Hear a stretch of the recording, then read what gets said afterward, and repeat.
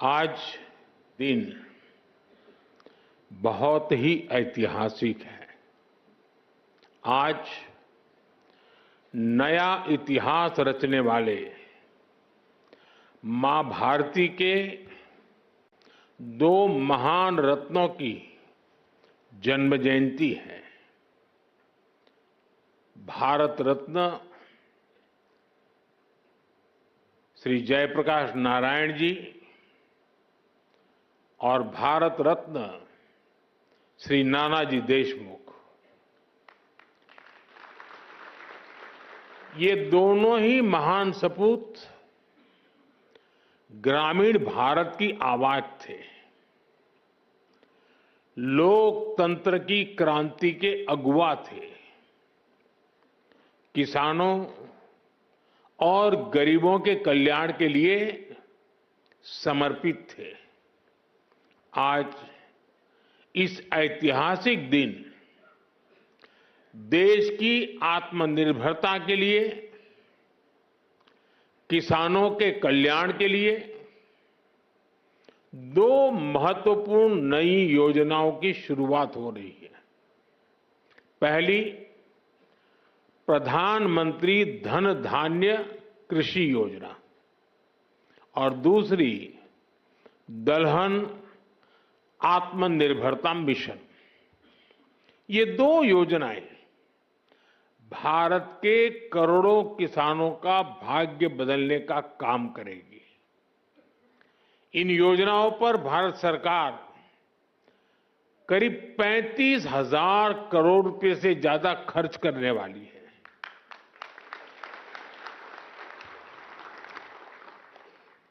मैं सभी किसान साथियों को पीएम धन धान्य कृषि योजना और दलहन आत्मनिर्भरता मिशन के लिए बहुत बहुत बधाई देता हूं। साथियों, खेती और किसानी हमेशा से हमारी विकास यात्रा का एक प्रमुख हिस्सा रही है। बहुत जरूरी होता है कि बदलते समय के साथ खेती किसानी को सरकार का सहयोग मिलता रहे, लेकिन दुर्भाग्य से पहले की सरकारों ने खेती किसानी को अपने हाल पर ही छोड़ दिया था। सरकार की तरफ से कृषि को लेकर कोई विजन ही नहीं था, कोई सोच ही नहीं थी।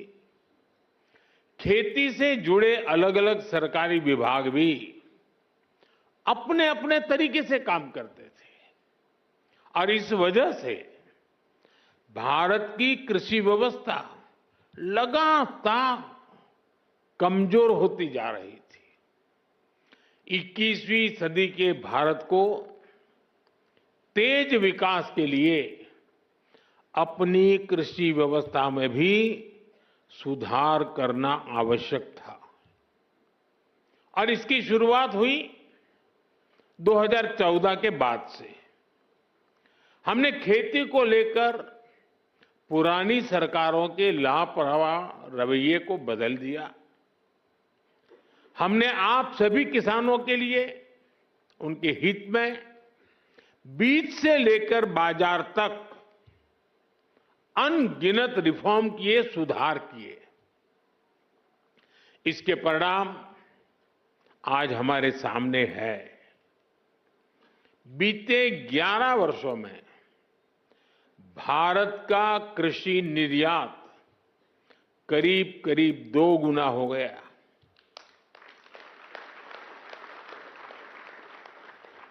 अनाज उत्पादन पहले जो होता था करीब करीब 900 लाख मैट्रिक टन और बढ़ गया। फल और सब्जियों का उत्पादन 640 लाख मैट्रिक टन से ज्यादा बढ़ गया। आज दूध उत्पादन में हम दुनिया में नंबर 1 है। भारत दुनिया का दूसरा बड़ा फिश प्रोड्यूसर है। भारत में शहद उत्पादन भी 2014 की तुलना में 2 गुना हो गया है। अंडे का उत्पादन भी बीते 11 वर्षों में डबल हो गया है।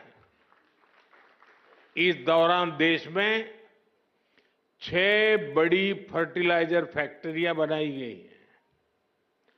25 करोड़ से ज्यादा सॉइल हेल्थ कार्ड किसानों को मिले हैं।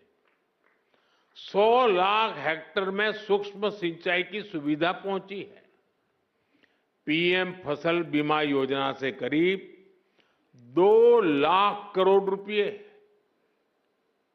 यह आंकड़ा छोटा नहीं है, 2 लाख करोड़ रुपए क्लेम के रूप में किसानों को मिले हैं। बीते 11 साल में 10,000 से ज्यादा किसान उत्पाद संघ एफपीओज बने हैं। अभी मुझे आने में देरी इसलिए हुई कि मैं कई किसानों के साथ गप्पा गोष्ठी कर रहा था। अनेक किसानों से बात हुई, मछुआरों से बातचीत हुई, महिलाएं जो कृषि क्षेत्र में काम कर रही हैं उनके अनुभव सुनने का अवसर मिला मुझे। ऐसी अनेक उपलब्धियां हैं जो देश के किसान ने बीते 11 वर्षों में अनुभव की है। लेकिन साथियों, आज देश का मिजाज ऐसा बन गया है कि वो कुछ उपलब्धियों से ही संतुष्ट नहीं होता है। हमें विकसित बनता है तो फिर हर क्षेत्र में लगातार बेहतर करते ही रहना होगा, सुधार करना ही करना होगा। इसी सोच का परिणाम है पीएम धन धान्य कृषि योजना। और इस योजना की प्रेरणा बनी है आकांक्षी जिला योजना की सफलता। पहले की सरकारें देश के 100 से अधिक जिलों को पिछड़ा घोषित करके भूल गई थी। हमने उन जिलों पर विशेष ध्यान केंद्रित किया, उनको आकांक्षी जिला घोषित किया। इन जिलों में बदलाव का हमारा मंत्र था कन्वर्जेंस, कोलैबोरेशन और कंपटीशन। यानी पहले हर सरकारी विभाग अलग अलग योजनाओं, जिले के हर नागरिक, सबको जोड़ो, फिर सबका प्रयास के भाव से काम करो और उसके बाद बाकी जिलों के साथ स्वस्थ स्पर्धा करो। इस अप्रोच का फायदा आज दिख रहा है। साथियों, इन 100 से ज्यादा पिछड़े जिलों में, जिसे हम अब एस्पिरेशनल डिस्ट्रिक्ट कहते हैं, अब हम उसको पिछड़े जिले नहीं कहते हैं, 20% बस्तियां ऐसी थी जिन्होंने आजादी के बाद से सड़क ही नहीं देखी थी। आज आकांक्षी जिला योजना की वजह से अब ऐसी ज्यादातर बस्तियों को भी सड़कों से जोड़ा जा चुका है। उस समय जिसे पिछड़े जिले कहते थे, उनमें 17% ऐसे बच्चे थे जो टीकाकरण के दायरे से बाहर थे। आज आकांक्षी जिला योजना की वजह से ऐसे ज्यादातर बच्चों को टीकाकरण का लाभ मिल रहा है। उन पिछड़े जिलों में 15% से ज्यादा ऐसे स्कूल थे जहां बिजली ही नहीं थी। आज आकांक्षी जिला योजना की वजह से ऐसे हर स्कूल को बिजली कनेक्शन दिया जा चुका है। साथियों, जब वंचितों को वरीयता मिलती है, पिछड़ों को प्राथमिकता मिलती है, तो उसके नतीजे भी बहुत अच्छे मिलते हैं। आज आकांक्षी जिलों में माता मृत्यु दर कम हुई है, बच्चों का स्वास्थ्य सुधरा है, पढ़ाई का स्तर सुधरा है। कितने ही पैरामीटर्स में ये जिले अब अन्य जिलों से बेहतर कर रहे हैं। साथियों, अब इसी मॉडल पर हम खेती के मामले में पिछड़े देश के 100 जिलों का, जो खेती के क्षेत्र में बाकी चीजों में आगे होंगे, ऐसे 100 जिलों का हम विकास करना चाहते हैं, उस पर ध्यान केंद्रित करके काम करना चाहते हैं। पीएम धन धान्य कृषि योजना की प्रेरणा वही आकांक्षी जिलों का मॉडल है। इस योजना के लिए 100 जिलों का चयन बहुत सोच समझकर किया गया है। 3 पैरामीटर्स पर इन जिलों का चुनाव किया गया है। पहला, खेत से कितनी पैदावार होती है। दूसरा, एक खेत में कितनी बार खेती होती है। और तीसरा, किसानों को लोन या निवेश की कोई सुविधा है, और है तो कितनी मात्रा में है। साथियों, हमने अक्सर 36 के आंकड़े की चर्चा सुनी है। हम बार बार कहते हैं उनके बीच तो 36 का आंकड़ा है, लेकिन हर चीज को हम चुनौती देते हैं, उसको उल्टा करते हैं। इस योजना में हम सरकार की 36 योजनाओं को एक साथ जोड़ रहे हैं। जैसे प्राकृतिक खेती पर राष्ट्रीय मिशन है, सिंचाई के लिए पर ड्रॉप मोर क्रॉप अभियान है, तेल उत्पादन को बढ़ाने के लिए तिलहन मिशन है, ऐसी अनेक योजनाओं को एक साथ लाया जा रहा है। पीएम धन धान्य कृषि योजना में हमारे पशुधन पर भी विशेष फोकस किया जा रहा है। आप जानते हैं, फूट एंड माउथ डिसीज यानी खुरपका मुंहपका जैसी बीमारियों से पशुओं को बचाने के लिए 125 करोड़ से अधिक टीके मुफ्त लगाए गए हैं। इससे पशु भी स्वस्थ हुए हैं और किसानों की चिंता भी कम हुई है। पीएम धन धान्य कृषि योजना में स्थानीय स्तर पर पशुओं के स्वास्थ्य से जुड़े अभियान भी चलाए जाएंगे। साथियों, आकांक्षी जिला कार्यक्रम की तरह उसी प्रकार से पीएम धन धान्य कृषि योजना का बहुत बड़ा दायित्व किसानों के साथ ही स्थानीय सरकारी कर्मचारियों और उस जिले के डीएम या कलेक्टर पर है। पीएम धन धान्य कृषि योजना का डिजाइन ऐसा है कि हर जिले की अपनी जरूरत के हिसाब से इसकी प्लानिंग में बदलाव लाया जा सकता है। इसलिए मैं किसानों और संबंधित जिलों के मुखिया से आग्रहपूर्वक कहूंगा, अब आपको जिले के स्तर पर ऐसी कार्य योजना बनानी है जो वहां की मिट्टी और वहां की जलवायु के अनुकूल हो। वहां कौन सी फसल होगी, बीज की कौन सी वैरायटी लगेगी, कौन सी खाद कब उचित रहेगी, ये आप सबको मिलकर के एक नए तरीके से सोच समझकर निर्धार करना चाहिए और उसको लागू करना चाहिए। आपको हर क्षेत्र, हर खेत के हिसाब से प्लानिंग करनी होगी। अब जैसे कहीं पानी अधिक होता है तो वहां वैसी उपज होगी, कहीं पानी की कमी है तो वहां उस प्रकार की फसलें उगानी होगी। जहां खेती संभव नहीं, वहां पशुपालन और मत्स्य पालन को बढ़ावा देना होगा। कुछ क्षेत्रों में मधुमक्खी पालन एक बेहतर विकल्प होगा। तटीय इलाकों में सीवीड फार्मिंग एक शानदार विकल्प हो सकता है।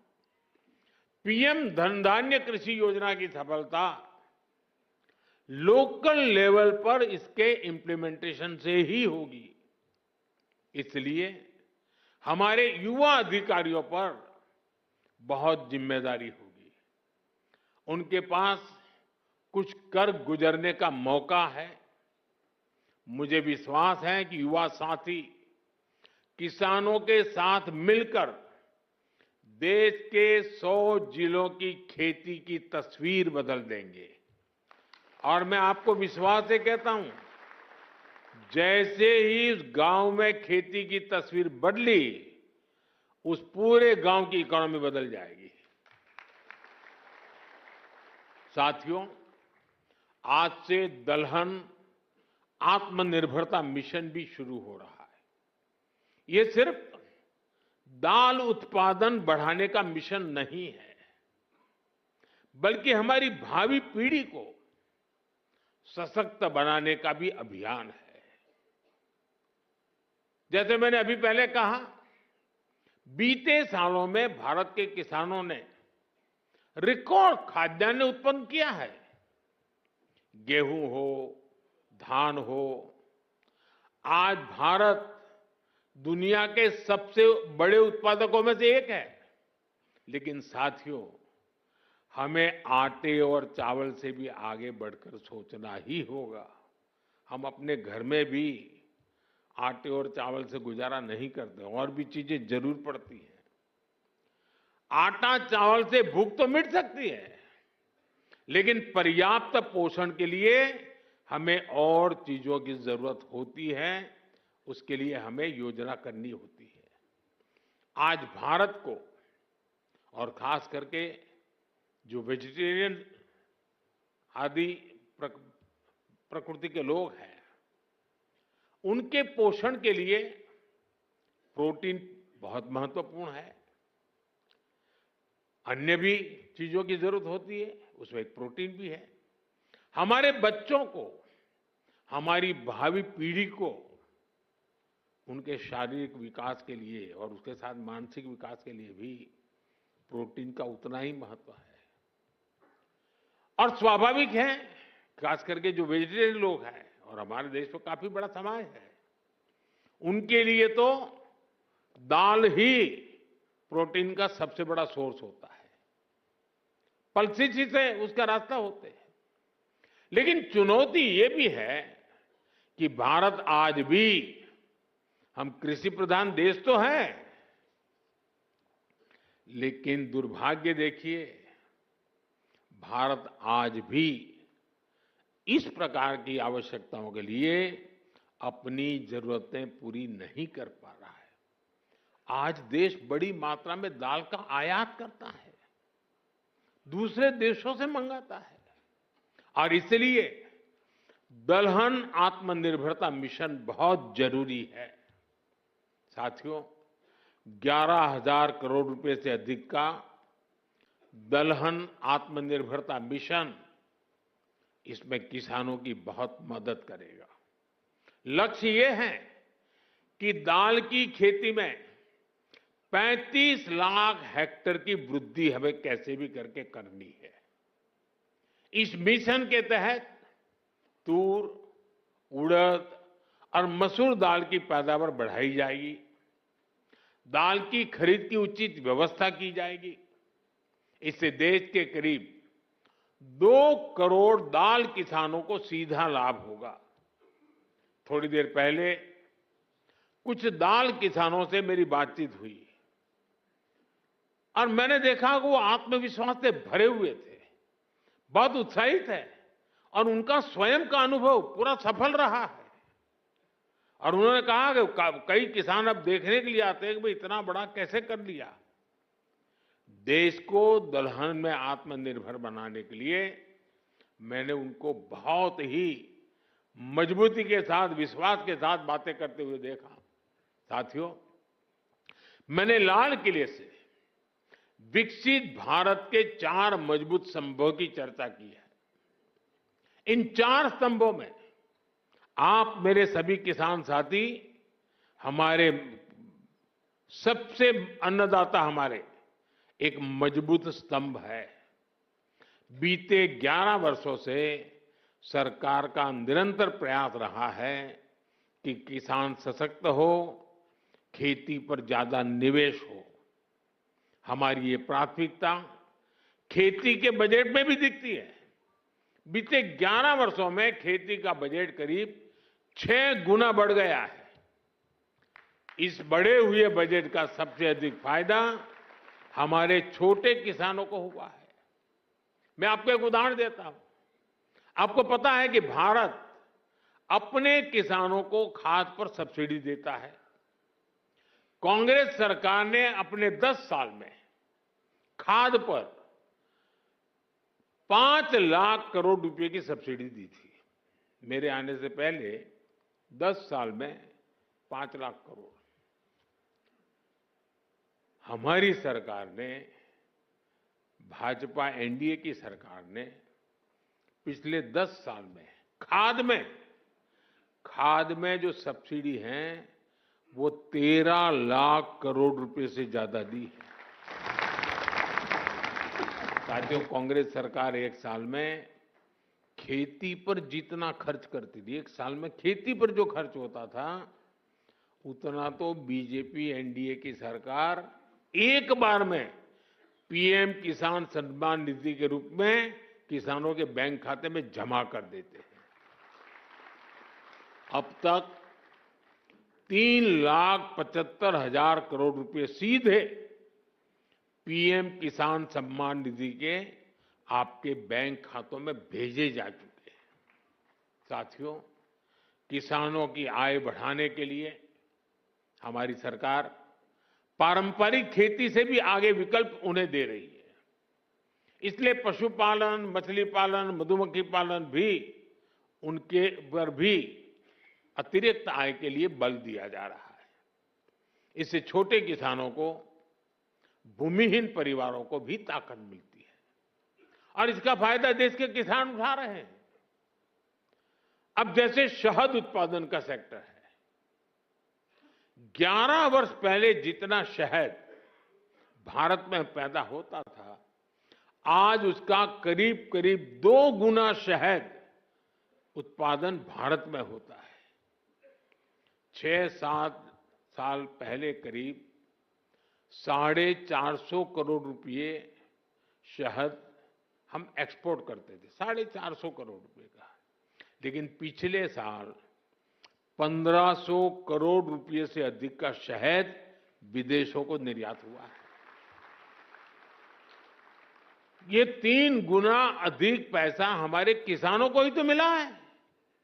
साथियों, गांव की समृद्धि और खेती को आधुनिक बनाने में आज हमारी बहनों की भागीदारी निरंतर बढ़ रही है। अभी एक देवी जी से मेरी बात हो रही थी, वो राजस्थान से थी। वो अपना स्वयं सहायता समूह से जुड़ी। वो मुझे कह रही है कि आज उनके मेंबर 90,000 है, 90,000। कितना बड़ा काम किया होगा। एक डॉक्टर बहन मिली, स्वयं पढ़ी लिखी डॉक्टर है, लेकिन अब पशुपालन में उसमें लग गई है। देखिए, खेत में फसल का काम हो या फिर पशुपालन, आज गांव की बेटियों के लिए अवसर ही अवसर है। देश भर में 3 करोड़ लखपति दीदियां बनाने का जो अभियान है, उससे खेती को बहुत मदद मिल रही है। आज गांवों में नमो ड्रोन दीदियां खाद और कीटनाशक छिड़काव के आधुनिक तरीकों का नेतृत्व कर रही है। इससे नमो ड्रोन दीदियों को हजारों करोड़ रुपए की कमाई हो रही है। इसी तरह खेती की लागत कम करने में भी बहनों की भूमिका बढ़ रही है। किसान प्राकृतिक खेती से जुड़े, इसके लिए देश में 17,000 से अधिक ऐसे क्लस्टर बनाए गए हैं जो जरूरी मदद देते हैं। करीब 70,000 कृषि सखियां। तो साथियों, अभी आपने सुना हमारे देश के प्रधानमंत्री श्री नरेंद्र मोदी जी के इस ओजपूर्ण भाषण को। हाल ही में यहाँ पर देश के प्रधानमंत्री ने 2 योजनाओं का शुभारंभ किया है, जिससे किसानों को काफ़ी बड़ा लाभ होने वाला है। इन 2 योजनाओं में से जो है दोस्तों, मैं आपको बताना चाहूँगा धन धान्य। इस पहले योजना का नाम है प्रधानमंत्री धन धान्य कृषि योजना और दूसरे योजना का नाम है दलहन आत्मनिर्भरता मिशन। इस योजना का शुभारंभ यहाँ पर हाल ही में प्रधानमंत्री नरेंद्र मोदी जी ने किया है। शुरुआत में इस योजना का जो है संचालन छत्तीसगढ़ प्रदेश के 3 जिलों में किया गया है, कोरबा, दंतेवाड़ा और जसपुर में। इस योजना से जो भी लाभ होंगे किसानों को दोस्तों, हमें प्रधानमंत्री जी ने विस्तार से इसकी जो जानकारी है वो यहाँ पर दिए हैं। ऐसे ही दोस्तों योजना से संबंधित वीडियो देखने के लिए हमारे चैनल को सब्सक्राइब करना बिल्कुल ना भूलें।